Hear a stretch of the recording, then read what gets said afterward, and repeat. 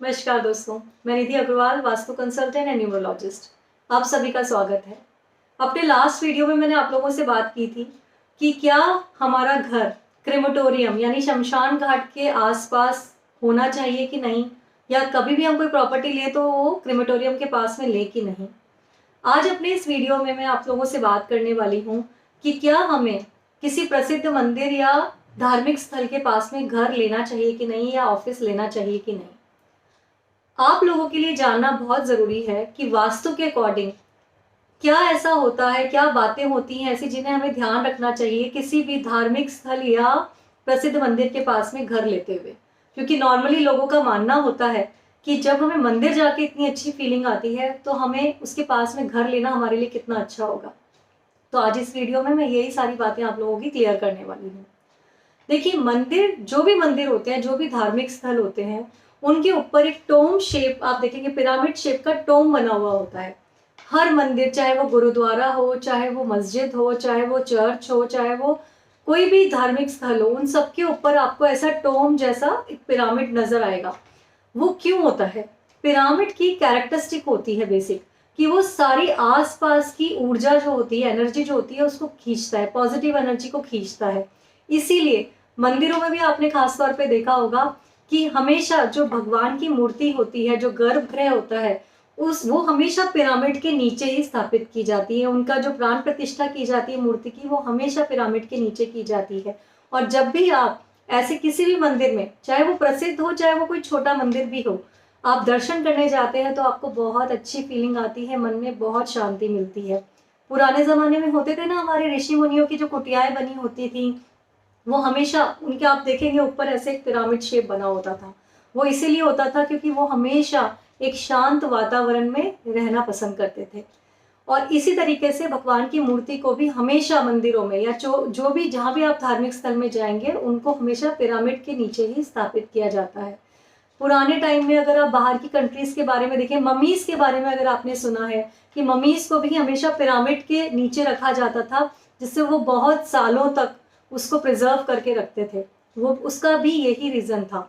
तो जब भी हम किसी भी प्रसिद्ध मंदिर में या किसी भी नॉर्मल मंदिर में ये पिरामिड्स बनाते हैं, तो वो आसपास के एरिया की पॉजिटिव एनर्जी को खींच ले। दूसरी इंपॉर्टेंट बात, ऐसे कोई भी धार्मिक स्थल जो होते हैं या फेमस मंदिर होते हैं, वहां पर लगातार लोगों का आना जाना बना रहता है। बहुत सारी मात्रा में लोग वहां आते हैं।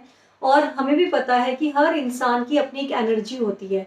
तो जब इतना ज्यादा एनर्जी का फ्लो किसी जगह पे बना रहे, जिसके बहुत पास में हमारा घर हो, तो कहीं ना कहीं वो हमारे घर की एनर्जी को भी हिट करता है। और लोग हमेशा मंदिर आते हैं तो हमेशा अपनी खुशियों के लिए तो नहीं आते। बहुत सारे लोग बहुत सी मुरादें लेके, दुखी होकर, अपनी बीमारियों से परेशान होकर, लाइफ में कोई प्रॉब्लम्स चल रही हो उनसे परेशान होकर आते हैं। तो उस तरह की एनर्जी भी हमारे घर को कहीं ना कहीं हिट करती है। तीसरी इंपॉर्टेंट बात, जो ऐसे बड़े बड़े मंदिर होते हैं, वहां पर मंदिर में जो मूर्ति होती है उसकी प्राण प्रतिष्ठा की जाती है। बड़े बड़े मंत्रों से, उच्चारण से, पूजा से, अर्चना से, रोज पूजा करने से उस मंदिर में एक एनर्जी मेंटेन रहती है। वो एनर्जी भी आसपास से ही खींची जाती है। तो ऐसी जगह में कहीं भी आसपास अगर आपका घर होगा, तो वहां आपके घर की एनर्जी में भी फर्क पड़ेगा। ये भी एक रीजन है। तो हमें कोशिश करनी चाहिए जब भी हम घर लें, तो हमारे घर के कम से कम 100 फीट की दूरी तक कोई भी मंदिर या प्रसिद्ध धार्मिक स्थल ना हो, जिससे कि हमारे घर की वो जो पॉजिटिव एनर्जी हमें चाहिए, वो किसी भी मंदिर द्वारा, जब भी उसमें कोई पिरामिड हो, उसके द्वारा ना खींची जाए, और हम उस पॉजिटिव एनर्जी को अपने घर में ही यूज कर पाए। और अगर और भी आप देखना चाहें तो आप एक और बात नोटिस कर सकते हैं कि जब भी मंदिर में जो ध्वज लगा होता है, या मंदिर में जो ऊपर टोम लगा होता है, उसकी जो परछाई पड़ती है, एटलीस्ट उस परछाई से दूर आप अपने घर को लें। वो परछाई आपके घर के एरिया में नहीं आनी चाहिए। इन दो बातों का आप ध्यान रखिए अपना घर लेते वक्त।